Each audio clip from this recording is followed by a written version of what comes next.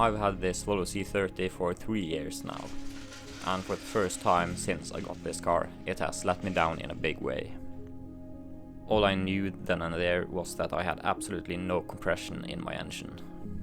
Upon further inspection, I discovered that the car had thrown a code for the camshaft position sensor, which is probably one of the worst codes you can have in these engines, because that pretty much means that you have experienced a timing failure, which means that the engine would have chewed itself up from the inside. This failure leaves me with pretty much no other choice than to replace the entire engine in the car.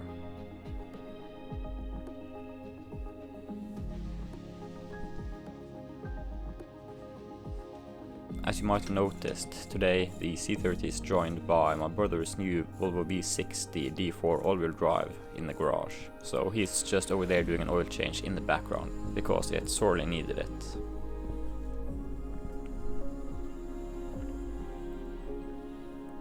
And just to be clear, those wheels are actually mine that are on his V60, they just looked a lot better than the ones that came on it, so he got to borrow mine for a minute. Those are actually the new winter wheels that I've been using on the C30. So, a pretty nice looking wheels. They're from a Volvo XC60, and they're pretty common on the XC60s actually, so there's pretty good availability on them. So if you want some original Volvo wheels to go on any of the other cars, I recommend the XC60 wheels, 18" in diameter. Those look pretty good on most of the Volvos. So, a bit of a story time. Less than 2 years ago, I replaced the auxiliary belts on my C30, including the tensioners, because the old ones were starting to squeak and just make some noise.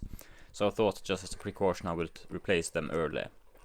So both the auxiliary belts and both the tensioners for the auxiliary belts were changed less than 2 years ago with SKF parts, quality parts. So how this happened, I have no idea at all. I am at a loss as to why this would happen, but here you have the reason for everything that happened pretty much. I honestly do not understand what happened here. As far as I can see, the belt looks good, and I don't see why it would rip like it has. Yeah, I mean, if you've seen something like this before, if you know anything about this kind of failure, anything really, just, yeah, feel free to leave a comment down in the section below, and yeah, hopefully this doesn't happen to my new engine.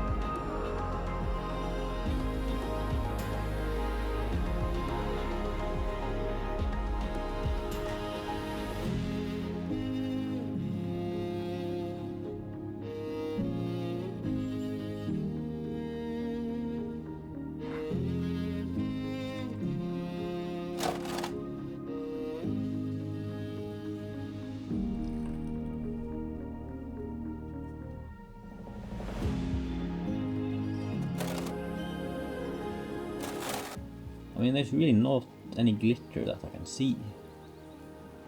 So, I mean, that's good, right? It's not gonna help me, but it's good for now.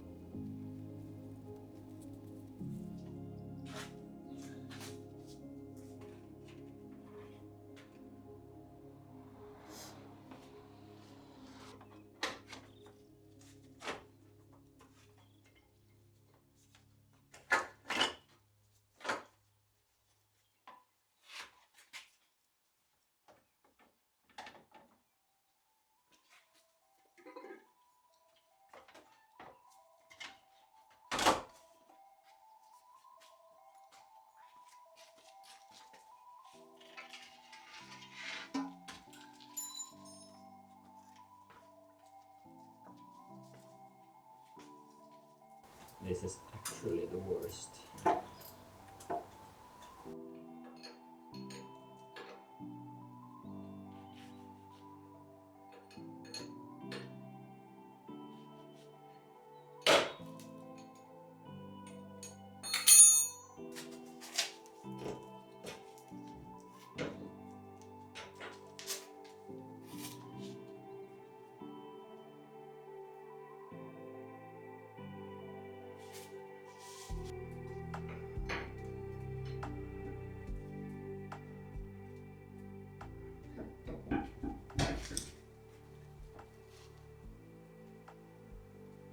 What just happened?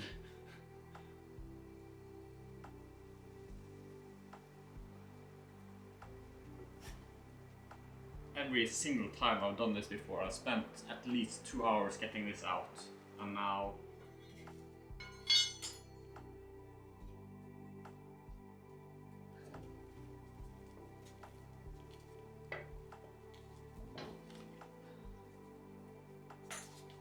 I most certainly will not complain.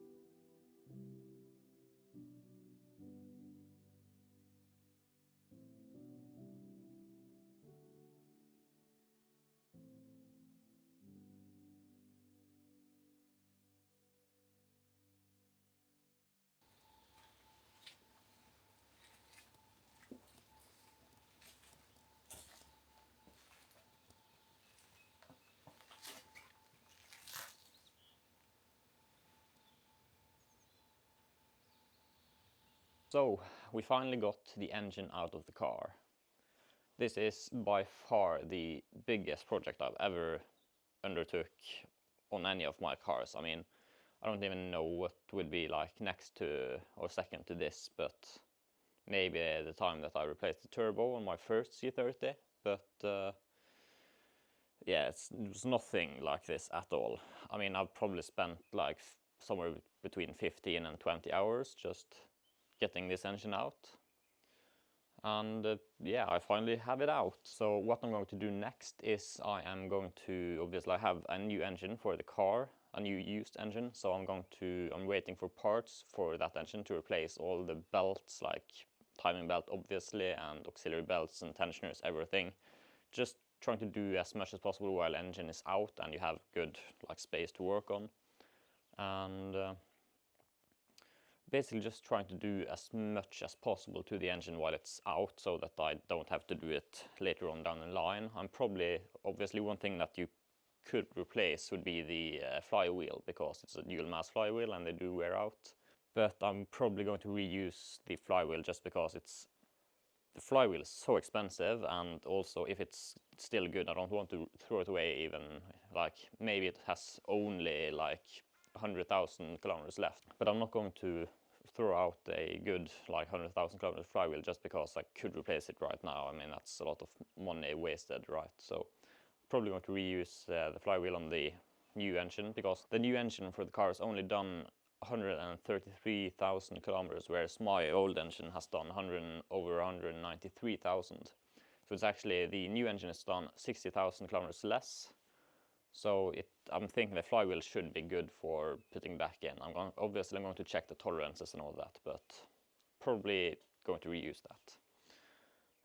Yeah, I mean, obviously I want to tear down this engine and see where it went wrong. Or, of course, I now probably know where it went wrong, but like see the actual like damages done internally to the engine. And also just to get more familiar with these engines, just tearing it down and just touching every part of it, right? Obviously I'm going to reuse the transmission from this one, so I have to get that off. I do have a new clutch coming in and pressure plate and cylinder for the transmission, so the flywheel is going to be the only thing that I replace. Other than that, how was it getting the engine out? I mean, this engine in this car is just, it is really too big, you know. It's allegedly these engines, the reason that they have 2 auxiliary belts instead of 1 is because they were not physically able to fit in just 1 set of belts, so they had to like turn it into sections and have 2 belts instead of 1 just to make the engine fit in there. And I definitely felt that when I was pulling the engine out. I mean, there is not a lot of space. I had to like if you can see here now, the engine this is an engine leveler, so if I put it more like over here, it's going to tilt the engine. And I had it all the way over here, right? I mean, the engine was like somewhere between 30 and 45 degrees coming out, because there's literally, there's no way you can just rise the engine like straight up. That doesn't work because there's not enough space between the chassis rails. So you need to have the engine at an angle just to get it and the transmission up from between the rails. Also, I did run into, there is one stupid bracket on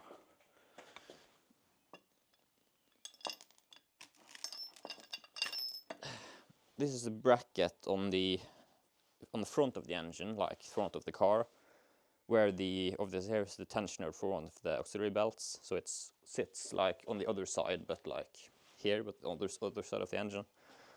And there's this bracket right here that I did not remove before starting to raise up the engine. And this bracket was the absolute bane of my existence for like an hour, because this tiny little thing, even when I bent it all sorts of ways, it just got in the way of absolutely everything. This tiny little thing was in the way every single time. So I ended up removing the alternator and the bracket that holds the alternator and like the auxiliary belt tensioners and all that, just to make more space. So as the engine was in there and on the way up, I just removed that bracket. That gave us a lot more space. So it was a really good thing to remove that when I was like getting the engine out. I did actually manage to keep the turbo on the car as I was getting it out. I did have to remove the intake pipe that comes up here and goes onto the turbo, because that just got in the way.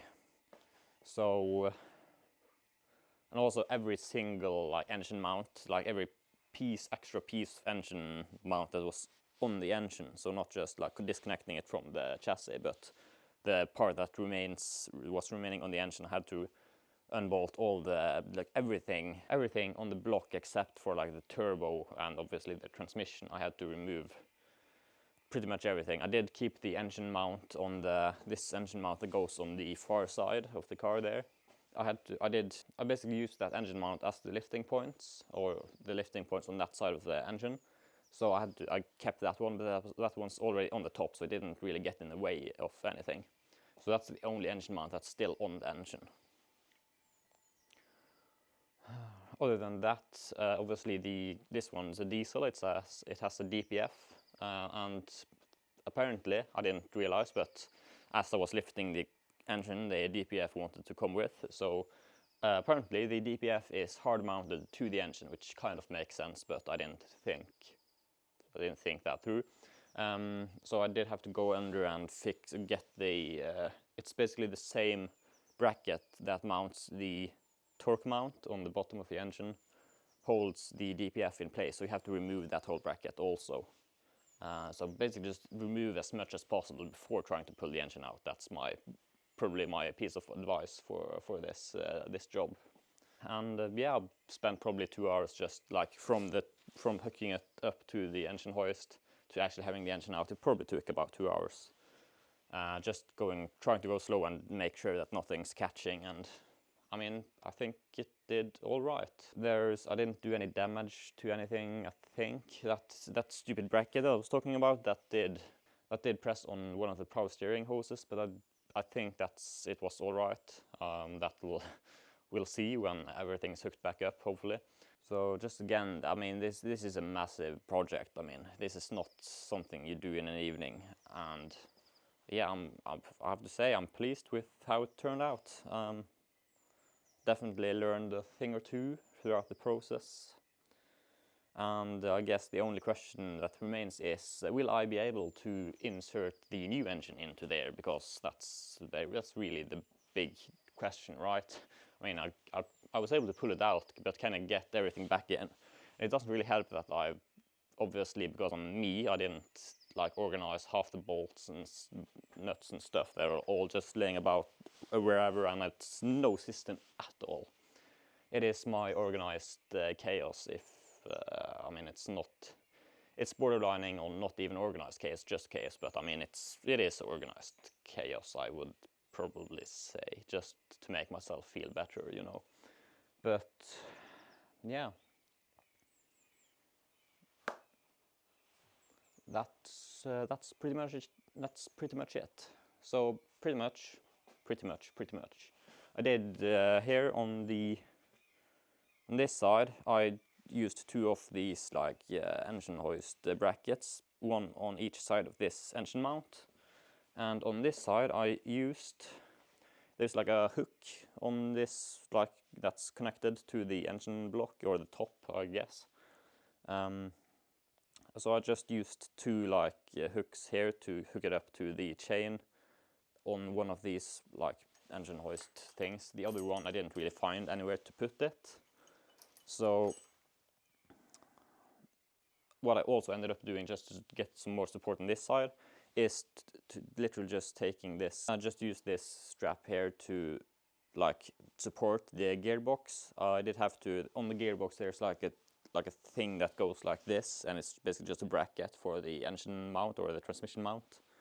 I had to remove that just to be able to get it out of because it was too big, it didn't fit. After taking that off, I just like supported the transmission from the other side, took that bracket off, and then I put this strap like around the gearbox and up onto here just to support it. Gives a bit extra support. So I guess the remaining question also is what sensors and stuff am I gonna be able to reuse, and what sensors and stuff need to be reprogrammed. Obviously, as far as I'm aware, the like diesel injectors are like hard-coded into the ECU and everything.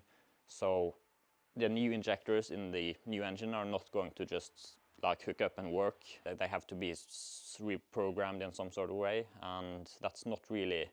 Apparently you can't do it with the unofficial VIDA license and all that, so I might have to take a look at VDash to be able to like pay them to reprogram or get the software or whatever it is to reprogram the injectors. I do think that will be easier than trying to swap out the injectors, because there's a lot of like special tools to be able to do it correctly, and there's like stretch bolts and one-time use hardware that I don't have right now. I think it's probably going to be cheaper to get the software stuff for the new injectors than to buy all the hardware to replace the injectors or swap the old injectors onto the new engine. So that's probably what I'm going to do there. So yeah, other than that, thank you for coming along on this little project that I have going on. Obviously it was too bad that this had to happen to this engine. I mean, I literally replaced the auxiliary belt 2 years ago. That failed now, and the fact that it would tangle into the timing gear and all that, just absolutely the worst of luck, like I always have, you know. So But I mean, at least we get a project out of it. I mean, I guess that's something. It's not like it's going to cost me like 3,000 euros by the time I'm finished with this. Yeah, so thank you for coming along and stay tuned. We'll continue all this, fix up the new engine and check out what's going on inside of this lump here, get the new engine in there, do all the stuff that's necessary to get the car back on the road. And hopefully within about a month or something, this car will be back on the road. No car left behind, because I mean, this car has just been too good to be. I can't just, you know, I've had people tell me that they would just like, if this happened to them, they would absolutely just throw the car away and get a new one. But you know, this car is too special to just throw it away. I mean, it is just such a good looking car, and such a good car, and such a good handling car, and such more good things, you know. So I've done more than enough rambling for now, so thank you for watching and see you in the next one.